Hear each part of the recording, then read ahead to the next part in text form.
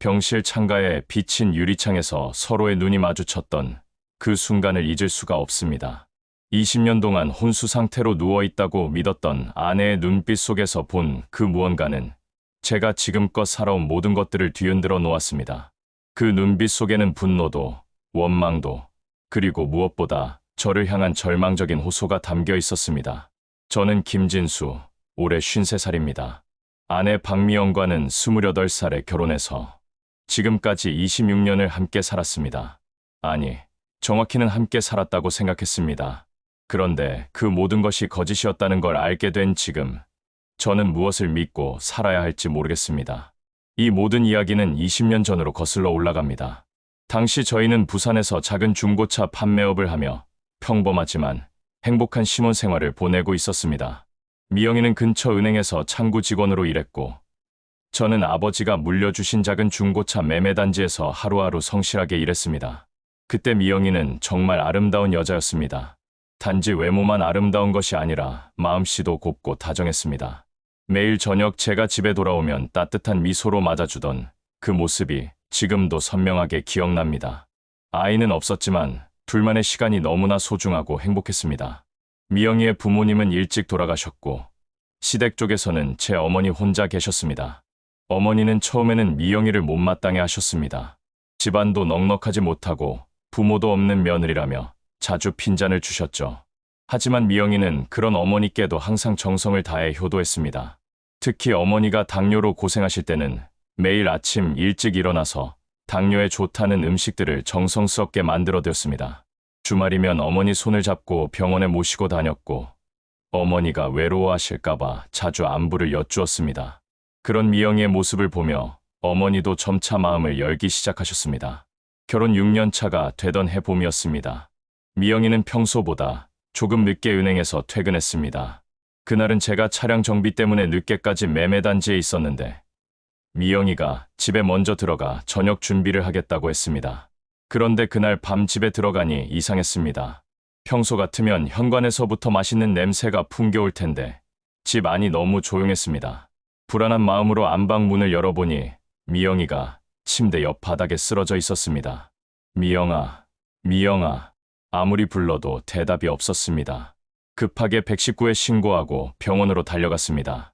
의사 선생님은 뇌출혈로 인한 혼수 상태라고 했습니다. 갑작스러운 일이라 원인을 정확히 알기는 어렵지만 스트레스나 과로가 원인일 수 있다고 하셨습니다. 그 순간 제 세상이 무너져 내렸습니다. 이제 막 34살, 아직 젊은 나이에 아내가 혼수 상태에 빠졌다니요. 의사는 언제 깨어날지 장담할 수 없다고 했습니다. 며칠 안에 깨어날 수도 있고, 몇 달이 걸릴 수도 있고, 심지어는 평생 깨어나지 못할 수도 있다는 무서운 이야기까지 들었습니다. 어머니는 그 소식을 들으시고 병원으로 달려오셨습니다. 평소 미영이를 까칠하게 대하셨던 어머니였지만 그때만큼은 진심으로 걱정하며 눈물을 흘리셨습니다. 진수야, 우리 며느리가 언제 깨어날까? 이렇게 젊은 나이에. 저도 어머니 앞에서는 울음을 참으려 했지만 결국 참을 수가 없었습니다. 병실에서 혼수 상태로 누워있는 미영이를 바라보며 하루하루가 지옥 같았습니다. 병원 측에서는 장기간 치료가 필요하다며 요양병원으로 옮기는 것을 권했습니다. 대학병원은 워낙 비싸고 혼수 환자를 위한 시설도 제한적이라는 이유였습니다.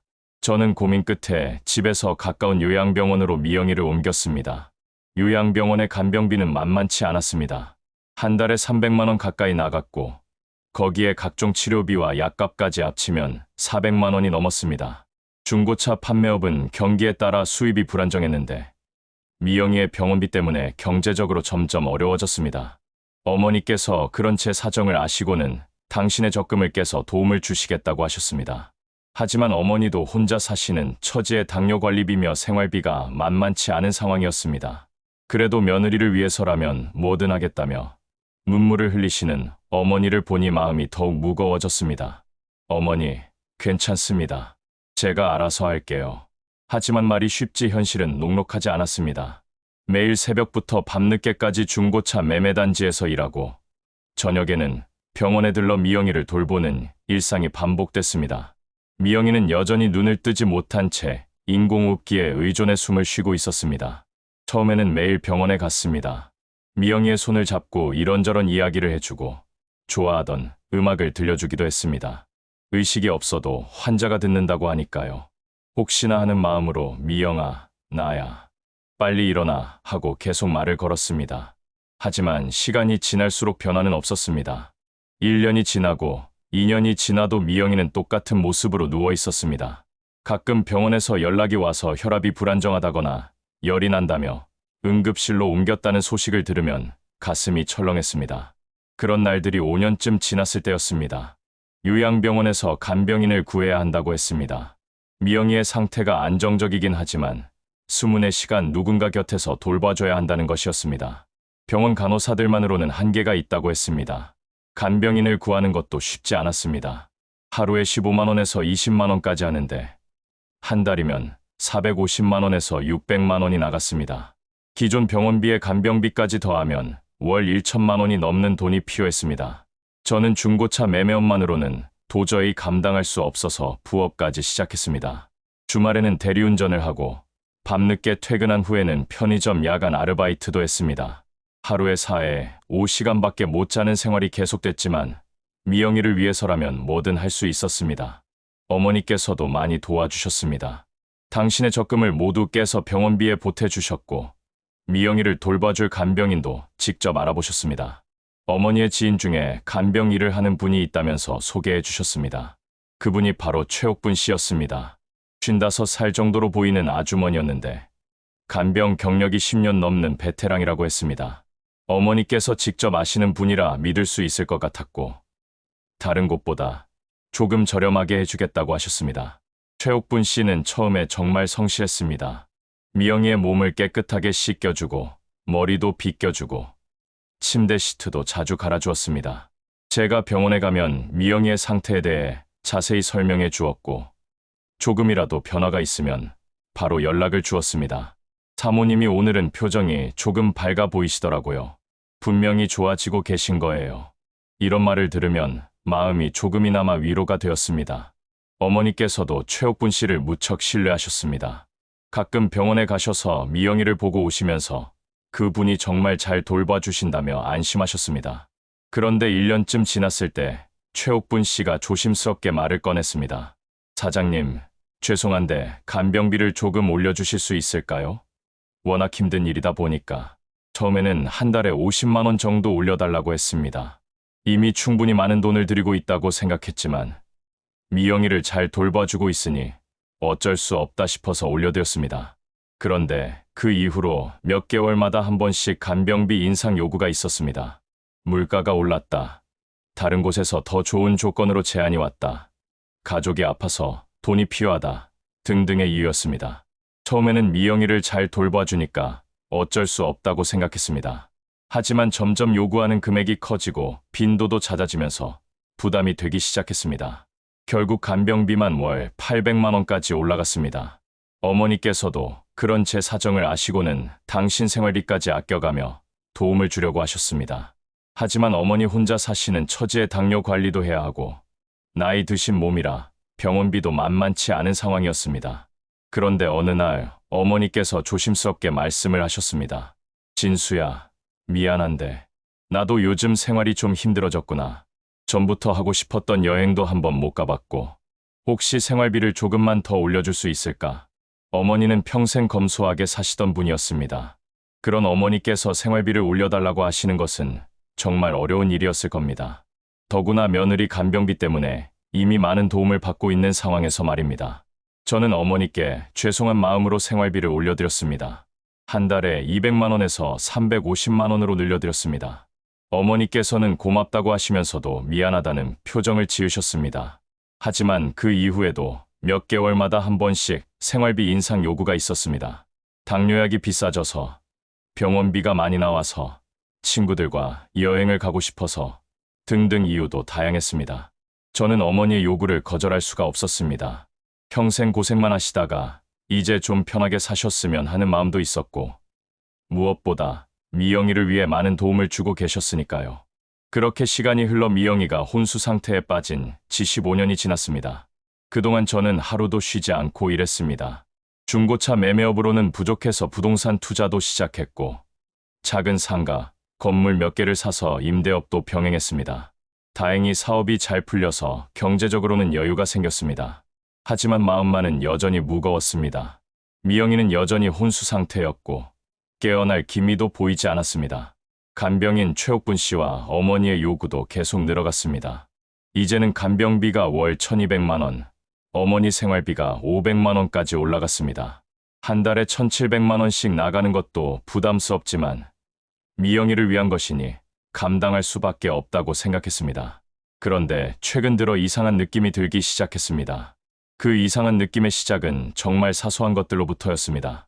평소 같으면 그냥 넘어갔을 만한 일들이었죠. 어느 여름날 병원에 갔는데 최 이모님이 평소와 다른 모습이었습니다.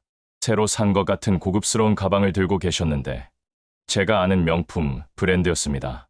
아마 300만 원은 좋게 넘을 것 같았습니다.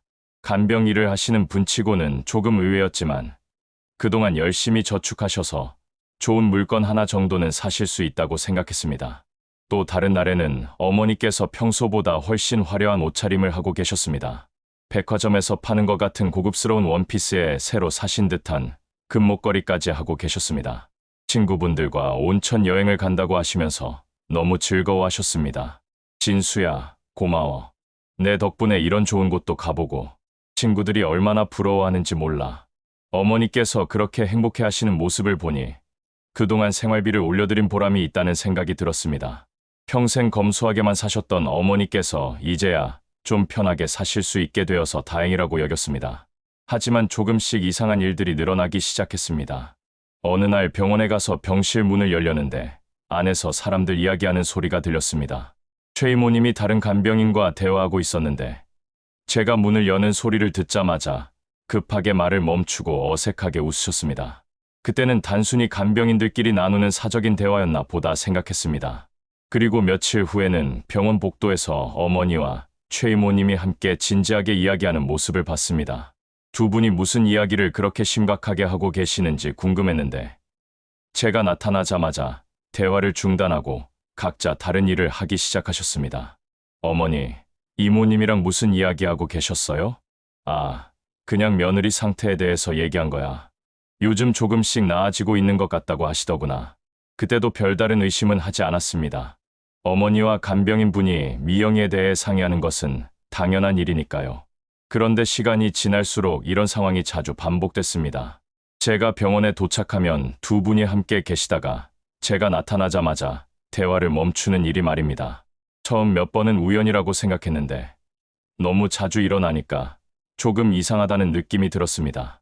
그리고 최 이모님의 간병비 인상 요구가 점점 더 잦아졌습니다. 이제는 2달에 한 번씩, 때로는 한 달에 한 번씩 50만 원에서 100만 원씩 올려달라고 하셨습니다. 사장님, 정말 죄송한데요. 요즘 물가가 너무 올라서 생활이 힘들어졌어요. 그리고 사모님 상태가 예전보다 많이 좋아지셔서 신경 쓸 일이 더 많아졌거든요. 미영이 상태가 좋아졌다는 말에 심장이 뛰었습니다. 정말이에요. 어떻게 좋아졌나요? 가끔 손가락 끝이 미세하게 움직이는 것 같고 숨소리도 전보다 안정된 것 같아요.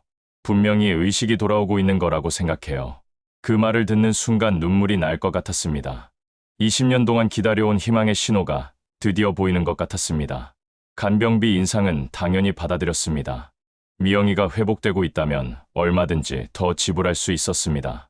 어머니께서도 비슷한 말씀을 하셨습니다. 진수야, 며느리가 요즘 정말 달라진 것 같더라.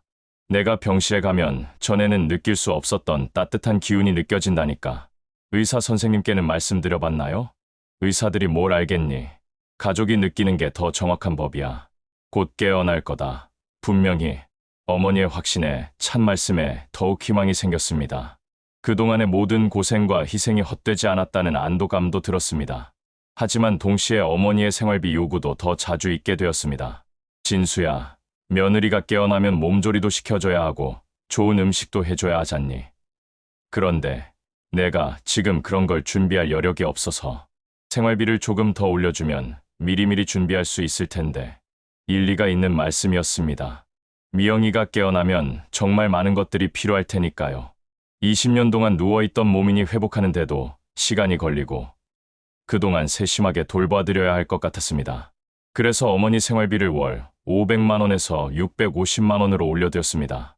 최 이모님 간병비도 1,500만 원에서 1,700만 원으로 인상했습니다. 한 달에 총 2,350만 원이 나가는 것이 부담스럽긴 했지만 미영이를 위한 일이니까 감당해야 한다고 생각했습니다. 그런데 이상한 일은 거기서 끝나지 않았습니다.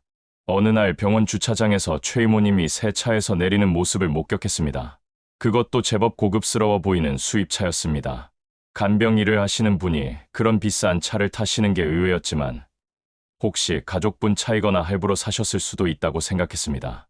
또 다른 날에는 어머니께서 평소와 전혀 다른 모습이셨습니다. 머리를 미용실에서 새로 하신 것 같았고 한 벌에 200만 원은 넘어 보이는 고급 브랜드 옷을 입고 계셨습니다. 어머니, 새 옷 사셨네요. 정말 잘 어울려요. 아, 이거? 친구들이랑 호텔 뷔페에 갈 일이 있어서 너무 초라하게 입고 갈 수는 없잖니. 그때도 어머니께서 좋은 옷 입고 친구분들과 즐거운 시간 보내시는 게 보기 좋다고 생각했습니다. 하지만 점점 더 의문스러운 일들이 늘어났습니다. 병원에서 미영이를 지켜보고 있는데 정말로 눈꺼풀이 살짝 떨리는 것 같았습니다. 처음에는 착각인가 싶었는데 여러 번 확인해봤을 때 분명히 미세한 움직임이 있었습니다. 너무 기뻐서 최 이모님에게 말했습니다. 이모님, 방금 미영이 눈꺼풀이 떨린 것 같은데 보셨나요? 아, 그러셨나요? 저는 미처 못 봤는데. 하지만 요즘 사모님이 확실히 많이 좋아지고 계세요. 제가 매일 보니까 확실히 알 수 있거든요. 의사 선생님께도 말씀드렸지만 큰 변화는 없다는 소견이었습니다. 가끔 혼수 환자에게서 나타나는 자연스러운 반사작용일 뿐이라고 하셨습니다. 하지만 제게는 희망적인 신호로 느껴졌습니다. 그런데 어느 날 정말 이상한 일이 있었습니다. 평소보다 일찍 병원에 도착했는데 병실 앞 복도에서 어머니와 최 이모님, 그리고 처음 보는 중년 여자분이 함께 대화하고 있었습니다. 세 사람이 무슨 이야기를 그렇게 심각하게 하고 있는지 궁금해서 조심스럽게 가까이 갔는데 제 발소리를 듣자마자 급하게 대화를 중단하고 각자 흩어졌습니다. 어머니, 방금 누구랑 이야기하고 계셨어요? 아, 그냥 이모님 지인분이야. 간병일 하시는 분인데 우리 며느리 소식을 듣고 안부 인사차 들렀다고 하더구나. 그 아주머니는 제가 나타나자마자 서둘러 사라졌습니다. 인사도 제대로 나누지 못했습니다. 분위기가 조금 어색했지만 그냥 넘어갔습니다. 이런 일이 몇 번 더 반복됐습니다. 제가 병원에 가면 어머니와 최 이모님이 다른 사람들과 함께 있다가 제가 나타나자마자 급하게 헤어지는 일이 말입니다. 처음에는 우연이라고 생각했는데 너무 자주 일어나니까 뭔가 이상하다는 생각이 들기 시작했습니다. 그리고 결정적으로 의심을 갖게 된 일이 일어났습니다. 어느 날 회사에서 급한 미팅이 생겨서 평소보다 훨씬 늦게 병원에 갔습니다. 밤 11시가 다 되어서였는데 병실에 불이 꺼져 있었습니다. 수문의 시간 간병을 해주기로 한 최 이모님이 보이지 않았습니다. 간호사실에 가서 물어보니 최 이모님이 급한 일로 잠깐 나가셨다고 했습니다. 1시간 정도 후에 돌아오실 예정이라고 하더군요. 저는 그때까지 기다리기로 하고 병실에서 미영이 곁에 앉아 있었습니다. 그런데 30분쯤 지났을 때 복도에서 목소리가 들렸습니다. 최 이모님 같았는데 누군가와 전화 통화를 하고 있었습니다. 그래, 이제 좀 더 올려받아야 할 것 같아. 2천까지는 충분히 가능할 거야. 벌써 와 있어. 이 시간에 왜? 전화를 끊고는 급하게 병실로 들어오셨습니다. 아, 사장님, 언제 오셨어요? 죄송해요. 급한 일이 있어서 잠깐 나갔다 왔는데. 괜찮습니다. 미영이는 괜찮았죠? 네, 아무 이상 없었어요. 계속 편안하게 주무시고 계세요. 그때 최 이모님의 표정이 평소와 달라 보였습니다. 조금 당황한 것 같기도 하고 어색한 것 같기도 했습니다. 그리고 전화에서 들은 2천까지는 충분히 가능할 거야 라는 말이 계속 머릿속에 맴돌았습니다. 혹시 간병비를 2천만 원까지 올리려고 하는 건 아닐까 하는 생각이 들었습니다. 이미 1,700만 원도 상당한 금액인데 더 올린다는 게 조금 부담스러웠습니다. 하지만 그래도 미영이를 성실하게 돌봐주시는 분이니까 믿어야 한다고 생각했습니다. 그분 말대로 미영이 상태도 조금씩 좋아지고 있다고 하니까요. 예상했던 대로 며칠 후에 간병비 인상 요청이 있었습니다. 사장님, 정말 죄송한 말씀인데 사모님 상태가 많이 호전되시면서 돌봐드릴 일이 더 많아졌어요. 그리고 요즘 다른 병원에서도 더 좋은 조건으로 제안이 와서 간병비를 조금만 더 올려주시면 끝까지 성실하게 모시겠습니다. 역시 2천만 원까지 올려달라고 했습니다. 그 순간 며칠 전 전화 통화 내용이 떠올랐습니다. 정말 우연의 일치일까요? 고민이 되기 시작했습니다. 정말로 미영이를 위해서 간병비를 올리는 건지 아니면 다른 속셈이 있는 건지 의심스러웠습니다. 하지만 그래도 20년 동안 미영이를 돌봐주신 분이니까 믿어야 한다고 마음을 다잡았습니다. 그래서 간병비를 2천만 원으로 올려드렸습니다. 어머니께서도 거의 같은 시기에 생활비 인상을 요청하셨습니다. 진수야, 며느리가 곧 깨어날 것 같으니까 미리 준비할 게 너무 많구나. 좋은 음식 재료며 옷이며 이것저것 사야 할 것들이 생활비를 900만 원 정도로 올려주면 안 되겠니? 어머니와 최 이모님이 거의 동시에 돈을 더 요구한다는 게 조금 이상했지만 두 분 다 미영이를 위한다고 하시니까 어쩔 수 없이 받아들였습니다. 그렇게 한 달에 총 2,900만 원이 나가게 되었습니다. 간병비 2천만 원, 어머니 생활비 900만 원. 제 수입이 늘어났다고는 하지만 이 정도 금액이면 상당한 부담이었습니다. 하지만 미영이가 20년 만에 깨어날 수도 있다는 희망 때문에 모든 것을 감당할 수 있다고 생각했습니다. 그런데 그 후로 더욱 기이한 일들이 벌어지기 시작했습니다. 그리고 마침내 그 모든 의문들이 풀리는 충격적인 순간이 다가오고 있었습니다. 그 기이한 일들은 정말 예상치 못한 방향으로 흘러갔습니다. 먼저 최 이모님의 변화가 눈에 띄기 시작했습니다. 예전에는 소탈하고 검소한 모습이었는데 점점 화려해지기 시작하더니 이제는 완전히 다른 사람이 된 것 같았습니다. 명품 가방은 기본이고 비싼 액세서리들, 고급 브랜드 옷들을 자주 바꿔 입으셨습니다.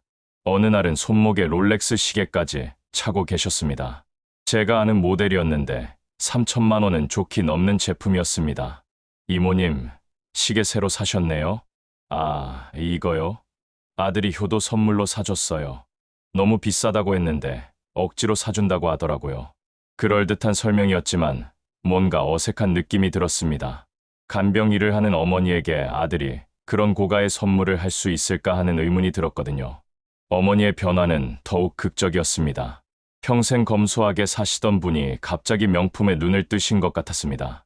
샤넬 가방, 에르메스 스카프, 고급 화장품들, 한 달에 한두 개씩 새로운 명품을 사오셨습니다. 어머니, 요즘 쇼핑을 많이 하시네요. 나이 들어서 뭘 아끼고 살겠니? 며느리가 깨어나면 함께 좋은 곳도 가야 하고 그때 너무 초라하면 안 되잖니. 항상 미영이를 위한다는 말씀을 하셨지만 솔직히 미영이가 깨어나더라도 당장 명품이 필요할 것 같지는 않았습니다. 그리고 두 분의 만남이 점점 잦아졌습니다. 제가 병원에 가면 거의 매번 어머니가 와 계셨고 최 이모님과 함께 있는 모습을 자주 봤습니다. 병실에서, 복도에서, 심지어 병원 카페에서까지 둘이 함께 있는 모습을 목격했습니다. 어머니, 요즘 병원에 자주 오시네요. 며느리가 좋아지고 있으니까 더 자주 와서 봐야지. 그리고 이모님이랑 며느리 간병에 대해 상의할 것도 많고 표면적으로는 그럴듯한 이유였지만 뭔가 석연치 않은 느낌이 계속 들었습니다. 결정적인 사건은 어느 가을날 저녁에 일어났습니다. 회사에서 갑작스럽게 중요한 전화가 와서 늦게까지 일을 하게 되었습니다. 평소보다 3시간이나 늦은 밤 12시가 넘어서 병원에 도착했습니다. 병원은 조용했고 대부분의 불이 꺼져 있었습니다. 그런데 미영이 병실 앞에 다가가면서 이상한 소리가 들렸습니다. 병실 안에서 사람들이 웃고 떠드는 소리였습니다. 여러 명의 목소리가 들렸는데 그 중에 최 이모님과 어머니 목소리도 섞여 있었습니다. 깜짝 놀라서 문을 열려다가 잠시 멈췄습니다.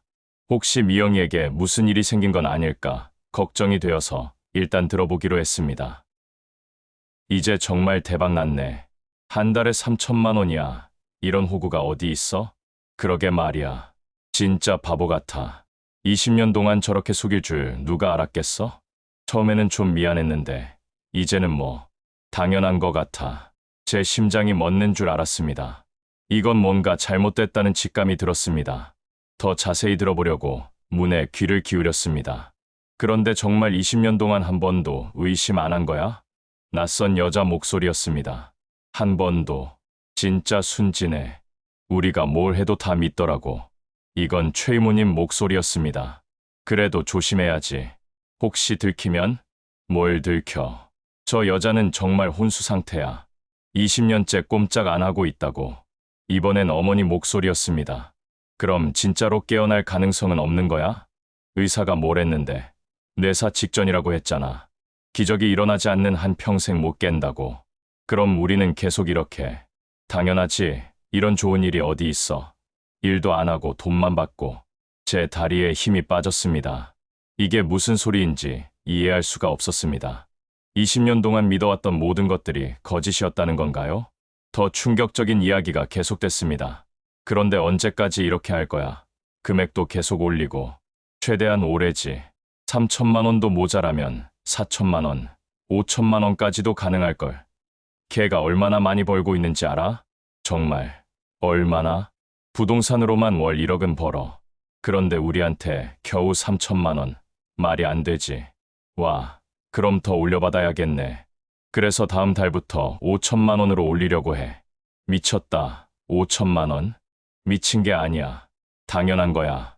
20년 동안 우리가 얼마나 고생했는데. 저는 더 이상 들을 수가 없었습니다. 조용히 발걸음을 돌려 병원 로비로 내려갔습니다. 머리가 하얗게 변한 것 같았습니다. 로비 의자에 앉아서 한참을 생각했습니다. 지금까지 들은 이야기가 사실이라면 20년 동안 제가 얼마나 바보같이 살아왔다는 건지요. 그런데 잠깐, 뭔가 이상했습니다. 그들이 말한 저 여자는 정말 혼수 상태야라는 표현이 계속 머릿속에 맴돌았습니다. 만약 미영이가 정말 혼수 상태라면 그들이 뭘 속인다는 걸까요? 혼란스러운 마음으로 다시 병실로 올라갔습니다. 이번에는 소리 없이 문을 살짝 열어봤습니다. 병실은 조용했습니다. 최 이모님 혼자 의자에 앉아서 스마트폰을 보고 계셨습니다. 다른 사람들은 모두 사라진 상태였습니다. 이모님, 안녕하세요. 아, 사장님, 오늘 늦으셨네요. 회사 일이 많으셨나 봐요. 마치 아무 일도 없었던 것처럼 자연스럽게 인사를 하셨습니다. 방금 전 들었던 그 대화가 꿈이었나 싶을 정도였습니다. 미영이는 괜찮았나요? 네, 아주 안정적이에요. 오늘은 특히 편안해 보이셨어요. 그 말을 들으며 미영이를 바라봤습니다. 여전히 눈을 감고 누워있는 아내의 모습이 너무 안쓰러웠습니다. 집으로 돌아가는 길에 계속 생각했습니다. 분명히 뭔가 잘못된 일이 벌어지고 있다는 확신이 들었지만 구체적으로 무엇인지는 알 수 없었습니다. 다음 날부터 저는 좀 더 세심하게 관찰하기 시작했습니다. 며칠 후 평소보다 조금 일찍 병원에 갔습니다. 병실 문을 열었는데 최 이모님이 급하게 무언가를 치우는 모습이 보였습니다. 음식 포장지와 음료수 병들이었는데 여러 사람이 먹을 만큼의 양이었습니다. 이모님, 손님이라도 오셨나요? 아, 네. 다른 간병인 선생님들이 잠깐 들렀다 갔어요. 사모님 상태를 보러요. 또 그럴듯한 설명이었지만 석연치 않았습니다. 간병인들이 환자를 보러 온다면서 왜 파티라도 한 것처럼 음식을 먹었을까요? 그리고 일주일 후 예상했던 대로 간병비 인상 요구가 있었습니다. 사장님, 정말 죄송한 말씀인데 사모님 상태가 많이 복잡해지셔서 전문 간병인을 더 투입해야 할 것 같아요. 그래서 간병비를 조금 더. 얼마나 올려달라는 건가요?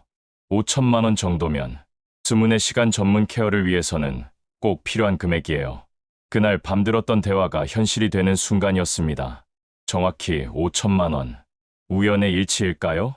어머니께서도 며칠 후 비슷한 요구를 하셨습니다. 진수야, 며느리 회복을 위해서 특별한 음식도 준비하고 좋은 의료진도 모셔와야 할 것 같은데 생활비를 1,500만 원 정도로 올려줄 수 있겠니? 두 분의 요구를 다 들어주면 한 달에 6,500만 원이 나가는 셈이었습니다. 아무리 제 수입이 늘어났다고 해도 이 정도면 상당한 부담이었습니다.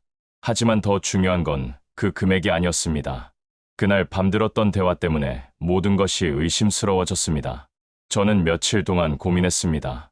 직접 물어볼까도 생각했지만 만약 제가 잘못 생각한 거라면 20년 동안 저를 도와주신 분들에게 너무 신뢰가 될 것 같았습니다. 그래서 다른 방법을 생각해봤습니다. 먼저 병원에서 미영이의 정확한 상태를 확인해 보기로 했습니다. 담당 의사 선생님과 별도로 면담을 요청했습니다. 선생님, 제 아내 상태가 정말로 좋아지고 있는 건가요? 간병인분 말로는 많이 호전됐다고 하는데. 솔직히 말씀드리면 큰 변화는 없습니다. 혼수 지수나 뇌파 검사 결과도 예전과 거의 동일한 수준이에요. 그럼 깨어날 가능성은 현실적으로 말씀드리면 매우 어렵습니다. 20년이나 지났고 뇌 손상 정도를 고려하면 의사 선생님의 말씀은 그날 밤 들었던 대화 내용과 일치했습니다. 미영이는 정말로 회복될 가능성이 거의 없는 상태였던 겁니다. 그 운명의 순간은 정말 예상치 못하게 찾아왔습니다. 그날은 평범한 화요일 오후였습니다. 회사에서 마무리해야 할 일들이 있어서 평소보다 조금 늦게 병원에 도착했습니다. 오후 6시쯤이었는데 가을 해가 기울어져서 병실 안이 은은한 황금빛으로 물들어 있었습니다. 최 이모님은 복도에서 다른 간병인과 이야기하고 있었고 병실에는 미영이만 혼자 있었습니다. 저는 평소처럼 미영이 곁 의자에 앉아서 하루 있었던 일들을 조용히 이야기해 주기 시작했습니다. 미영아, 오늘 회사에서 새로운 프로젝트가 성사됐어. 내가 좋아했던 그 해외 브랜드랑 계약을 맺게 됐다고. 내가 깨어나면 함께 축하해야지. 그렇게 이야기를 하다가 창문 쪽을 바라봤습니다. 서쪽 창문으로 들어오는 석양빛이 참 아름다웠습니다. 그 빛이 창유리에 반사되어서 병실 안이 마치 황금색 물결 같았습니다. 문득 창유리에 비친 미영이의 모습을 보게 되었습니다. 누워있는 미영이의 옆모습이 유리에 희미하게 반사되어 보였습니다. 그런데 그 순간이었습니다. 창유리에 비친 미영이의 눈이 떠져 있었습니다. 처음에는 착각인가 싶어서 다시 한번 자세히 봤습니다. 분명했습니다. 유리창에 비친 미영이는 눈을 뜨고 있었고 그 눈동자가 저를 바라보고 있었습니다. 심장이 멎는 줄 알았습니다. 급하게 고개를 돌려서 실제 미영이를 봤는데 평소와 똑같이 눈을 감고 누워 있었습니다. 다시 창유리를 봤습니다. 여전히 반사된 미영이는 눈을 뜨고 저를 바라보고 있었습니다. 그리고 그 눈빛에는 말로 표현할 수 없는 절망과 호소, 그리고 무언가를 간절히 전하려는 메시지가 담겨 있었습니다. 미영아? 조심스럽게 불러봤지만 실제 미영이는 여전히 움직이지 않았습니다. 하지만 창유리 속 미영이의 눈에서는 눈물이 흐르고 있었습니다. 그 순간 모든 것을 깨달았습니다. 미영이는 깨어나 있었습니다. 20년 동안 계속 깨어나 있었던 겁니다. 하지만 몸을 움직일 수 없는 상태, 말을 할 수 없는 상태로 20년을 보내고 있었던 것입니다. 의학적으로는 의식 있는 최소 반응 상태라고 부르는 증상이었을 겁니다. 겉으로 보기에는 혼수 상태와 구별이 어렵지만 실제로는 모든 것을 인식하고 있는 상태 말입니다. 창유리 속 미영이와 제가 눈을 마주친 채로 한참을 그렇게 있었습니다. 저는 눈물이 쏟아져 내렸고 미영이도 유리 속에서 계속 울고 있었습니다. 미영아, 내가 깨어나 있었구나. 그때서야 모든 퍼즐이 맞춰지기 시작했습니다. 최 이모님과 어머니가 말한 저 여자는 정말 혼수 상태야라는 말.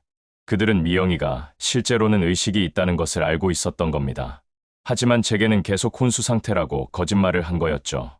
20년 동안 미영이는 모든 것을 보고 들으면서도 아무 표현을 할 수 없는 상태로 있었던 겁니다. 그들이 제 앞에서 거짓말하는 것도, 제 돈으로 사치를 부리는 것도, 심지어 미영이를 제대로 돌보지 않는 것도 모두 지켜봤을 텐데 상상만 해도 끔찍했습니다.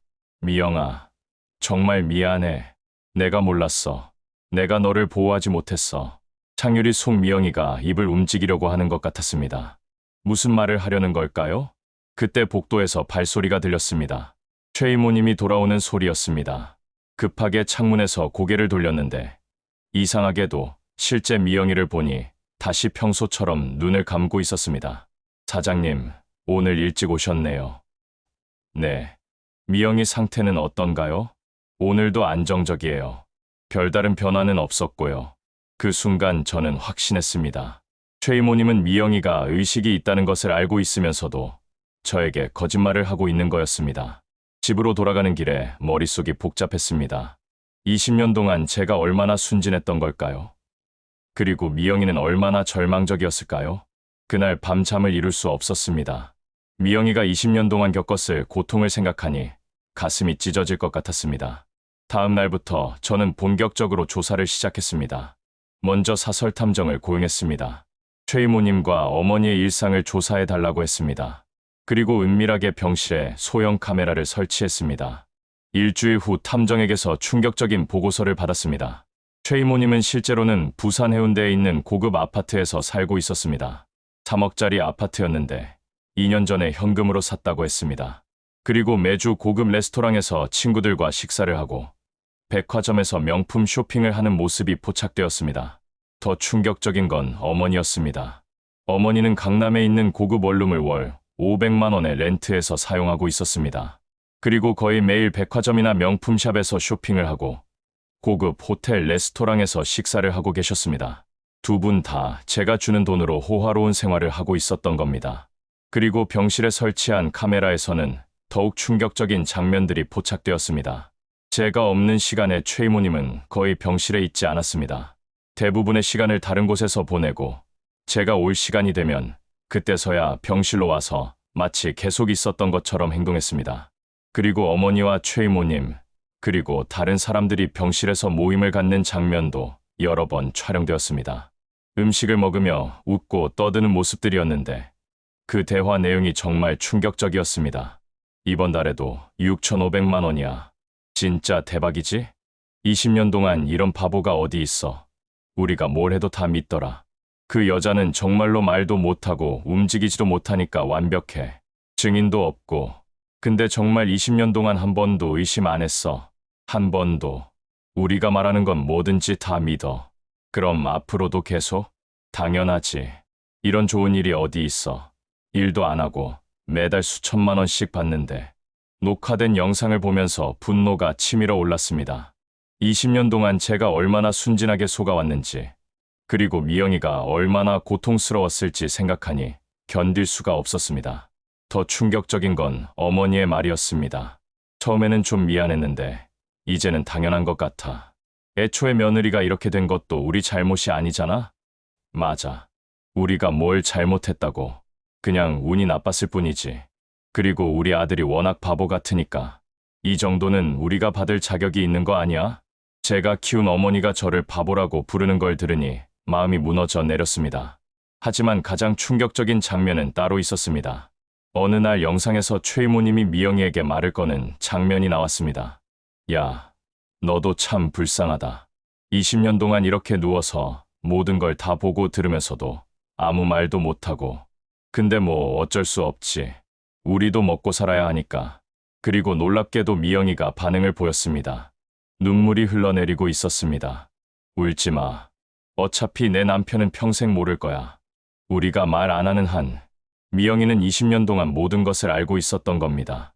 자신을 이용해서 돈을 뜯어내는 것도, 남편을 속이는 것도 모두 알면서도 아무 말도 할 수 없었던 거죠. 그날 밤 저는 모든 증거를 정리했습니다. 녹음 파일, 영상 자료, 탐정 보고서, 그리고 은행 거래 내역까지 모든 것을 준비했습니다. 20년 동안의 속임수를 끝낼 시간이 온 것입니다. 그리고 다음 날, 저는 마지막 계획을 실행에 옮겼습니다. 평소처럼 병원에 갔습니다. 최 이모님과 어머니에게는 아무렇지도 않은 척 인사를 했습니다. 하지만 이번에는 혼자 오지 않았습니다. 경찰관 2명이 저와 함께 병원에 왔습니다. 그리고 변호사도 함께였습니다. 이모님, 어머니, 오늘은 중요한 이야기가 있어서 왔습니다. 두 분의 표정이 조금 어색해졌습니다. 무슨 이야기인데? 20년 동안 저를 속이며 거짓 간병비를 받아온 것에 대한 이야기입니다. 그 순간 두 분의 얼굴이 새하얗게 변했습니다. 뭔 소리야? 우리가 언제? 모든 증거가 여기 있습니다. 저는 준비해 온 서류들을 꺼냈습니다.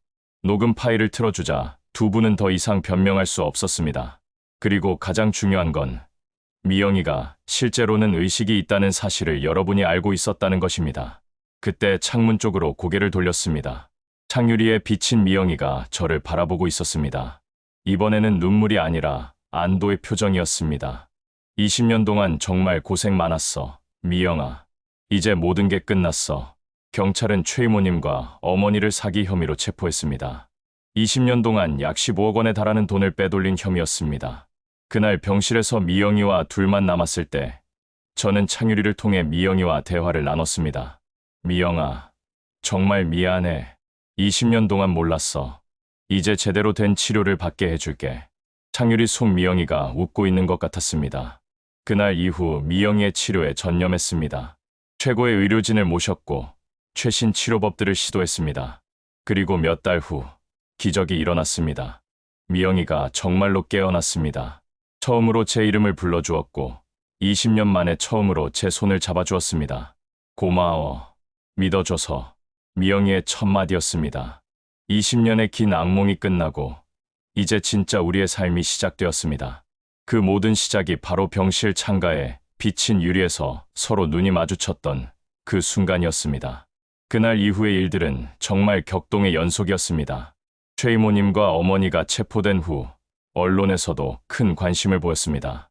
20년간 혼수 상태 환자 가족 속인 간병인과 시어머니 구속이라는 제목으로 신문 기사가 나왔고 방송에서도 이 사건을 다뤘습니다. 하지만 저에게는 언론의 관심보다 더 중요한 일이 있었습니다. 바로 미영이의 회복이었습니다. 서울 최고의 대학병원으로 미영이를 옮겼습니다. 신경과 전문의, 재활의학과 전문의, 그리고 여러 전문가들이 팀을 이뤄서 미영이의 치료에 전념했습니다. 처음 정밀 검사 결과는 놀라웠습니다. 미영이는 정말로 의식이 완전히 돌아와 있는 상태였습니다. 다만 뇌 손상으로 인해 운동 기능과 언어 기능이 심각하게 제한된 상태였던 것입니다. 환자분이 이 정도로 의식이 또렷한 상태에서 20년을 버텨낸 것은 정말 기적에 가깝습니다. 담당 교수님의 말씀이었습니다. 그동안 얼마나 고통스러우셨을까요? 하지만 희망이 있습니다. 의식이 이렇게 선명하다면 적절한 치료를 통해 상당한 회복이 가능할 것으로 보입니다. 그 말을 듣는 순간 눈물이 쏟아져 나왔습니다. 20년을 기다린 보람이 있었습니다. 재활 치료가 시작되었습니다.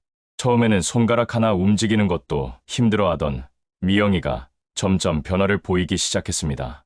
2주 후에는 고개를 조금씩 움직일 수 있게 되었고, 한 달 후에는 간단한 단어를 말할 수 있게 되었습니다. 고, 마, 워. 미영이가 처음으로 또렷하게 말한 단어였습니다. 나도 고마워, 미영아. 20년 동안 버텨줘서.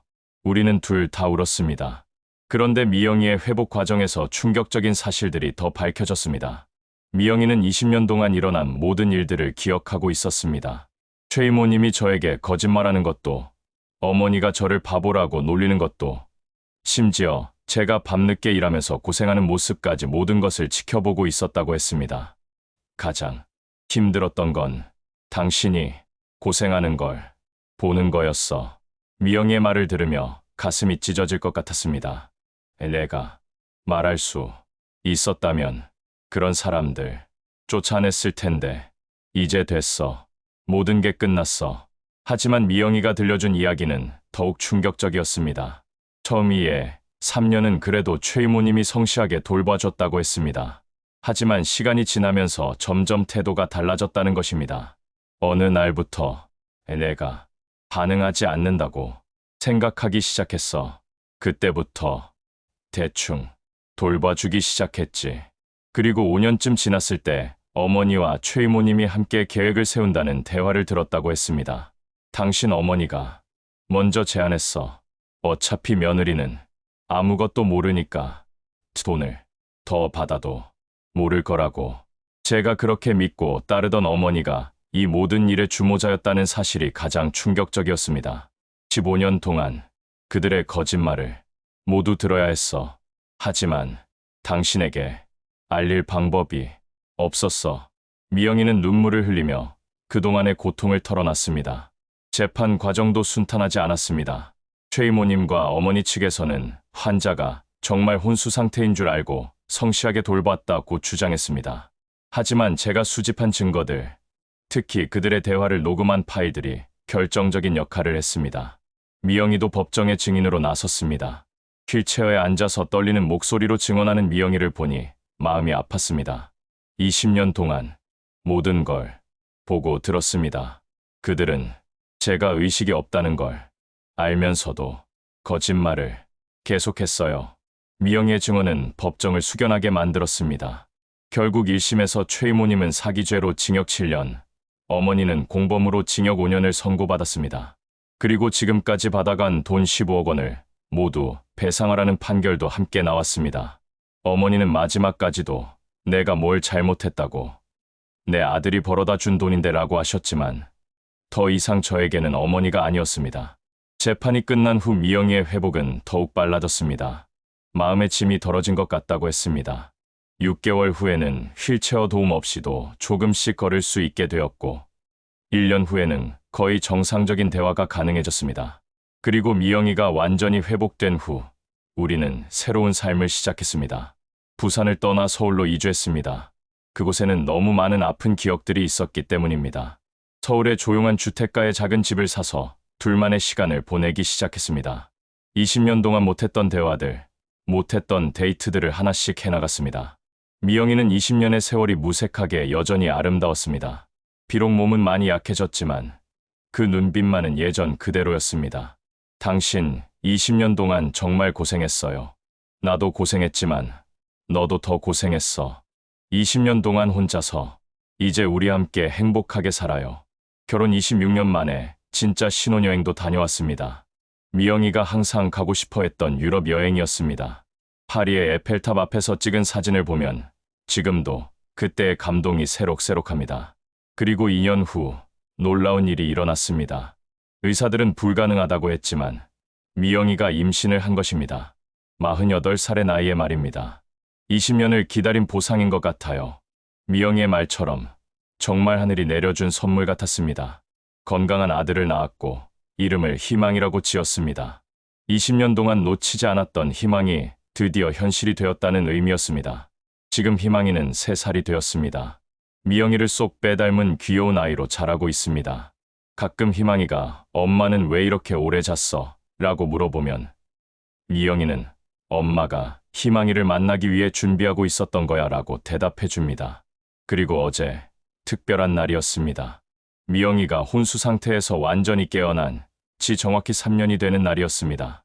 우리는 그날을 새로운 생일이라고 부릅니다. 저녁에 세 식구가 함께 케이크를 앞에 두고 앉아 있었습니다. 20년 전 그때로 돌아간다면 어떨까? 미영이가 문득 물어봤습니다. 글쎄, 그때는 정말 힘들었지만 그 시간이 있었기에 지금의 우리가 있는 거 아닐까? 맞아요. 그 힘든 시간들이 우리를 더 단단하게 만든 것 같아요. 그리고 희망이도 만날 수 있었고 희망이는 우리 대화를 알아듣기라도 하는 듯 방긋 웃어줬습니다. 그날 밤 미영이와 함께 병원에서 촬영했던 그 창유리 앞에서 찍은 사진을 보고 있었습니다. 진실이 밝혀진 그날 기념으로 찍어둔 사진이었습니다. 이 창문이 우리에게는 정말 특별한 의미죠? 그래, 여기서 우리가 처음으로 진짜 눈을 마주쳤으니까 20년 동안 기다린 그 순간, 지금 생각해보면 정말 신기합니다. 수많은 우연이 겹쳐서 그 순간 창유리의 미영이의 모습이 반사되어 보였고 그래서 진실을 알 수 있었던 것입니다. 만약 그날 해가 구름에 가려졌다면, 만약 제가 다른 쪽을 보고 있었다면 아마 지금도 모든 진실을 모른 채 살고 있었을지도 모릅니다. 운명이었나 봐요. 그래, 우리의 운명이었어. 요즘 미영이는 자신과 비슷한 상황의 환자들을 돕는 일을 하고 있습니다. 의식은 있지만 의사 표현을 할 수 없는 환자들의 권익을 보호하는 단체에서 활동하고 있습니다. 나 같은 사람이 또 있을까봐 걱정돼요. 20년은 너무 길어요. 미영이의 경험이 많은 사람들에게 도움이 되고 있습니다. 저는 이제 회사 일은 줄이고 가족과 함께하는 시간을 늘렸습니다. 20년을 혼자 버텨온 미영이를 위해, 그리고 희망이를 위해 좋은 아빠가 되고 싶습니다. 지난주에는 세 식구가 함께 놀이공원에 갔습니다. 희망이가 회전목마를 타면서 깔깔거리며 웃는 모습을 보니 이런 평범한 일상이 얼마나 소중한지 다시 한번 느꼈습니다. 당신 행복해요? 집으로 돌아오는 길에 미영이가 물어봤습니다. 물론이야. 너와 희망이가 있어서. 저도요. 20년을 기다린 보람이 있어요. 그날 밤 희망이가 잠든 후 미영이와 함께 베란다에서 달을 보며 이야기를 나눴습니다. 미래에는 뭘 하고 싶어? 평범하게 살고 싶어요. 매일 아침 당신과 희망이 얼굴을 보면서 일어나고 저녁에는 함께 식사하면서 하루 있었던 일을 나누고 그런 평범한 일상이면 충분해요. 20년 동안 못 가져본 평범함이니까. 네. 이제는 정말 평범하게 살고 싶어요. 그리고 지금 이 글을 쓰고 있는 순간에도 미영이는 거실에서 희망이와 함께 블록을 가지고 놀고 있습니다. 아이의 웃음소리와 미영이의 따뜻한 목소리가 집 안을 가득 채우고 있습니다. 20년 전 그 끔찍한 사고가 없었다면 우리의 삶은 어떻게 달라졌을까요? 아마 더 일찍 아이도 낳고 더 많은 추억도 만들었을지도 모릅니다. 하지만 후회는 없습니다. 그 힘든 시간들이 있었기에 지금의 행복이 더욱 소중하게 느껴지니까요. 그리고 무엇보다 20년 동안 한 번도 포기하지 않았던 사랑이 결국 기적을 만들어냈다는 것을 알게 되었습니다. 사랑은 정말 위대한 것 같습니다. 20년이라는 긴 세월도 절망적인 상황도 모든 것을 이겨낼 수 있게 해주니까요. 병실 창가에 비친 유리에서 서로 눈이 마주쳤던 그 순간부터 시작된 우리의 진짜 사랑 이야기는 이렇게 해피엔딩으로 마무리되었습니다. 그리고 이 이야기는 끝이 아니라 새로운 시작입니다. 앞으로도 미영이, 희망이와 함께 만들어갈 새로운 이야기들이 기대됩니다. 진정한 사랑이 무엇인지, 희망을 잃지 않는 것이 얼마나 중요한지, 그리고 가족이 얼마나 소중한지 깨달은 지금, 우리 가족은 세상에서 가장 행복한 가족이라고 자신 있게 말할 수 있습니다. 20년의 긴 여행이 끝나고, 이제 진짜 우리의 삶이 시작되었습니다.